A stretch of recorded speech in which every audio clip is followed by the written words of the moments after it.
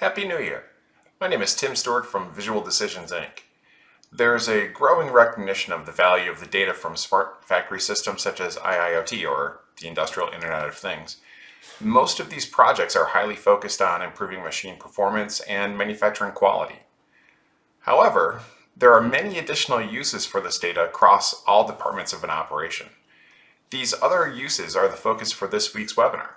See the link in the post comments to register. In the webinar, we'll cover additional ways for the information from these systems to be used by operators and supervisors, quality, process engineering, maintenance, facilities, and other teams. We'll also discuss use cases for EH&S, finance, planning, purchasing and supply chain, and more. Here are a couple of quick examples.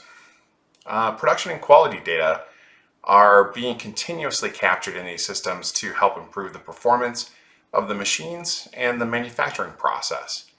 But this information can also be used in engineering to automatically update the product FMEA for where failures occur and to help optimize the next iteration of product design for manufacturability.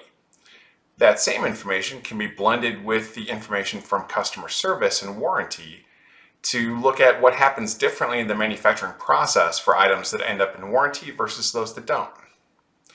So hopefully this gives you a good idea of the type of information you can get from our webinar this Wednesday at 11 a.m.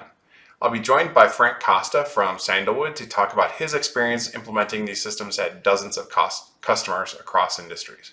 I look forward to seeing you there. Thank you.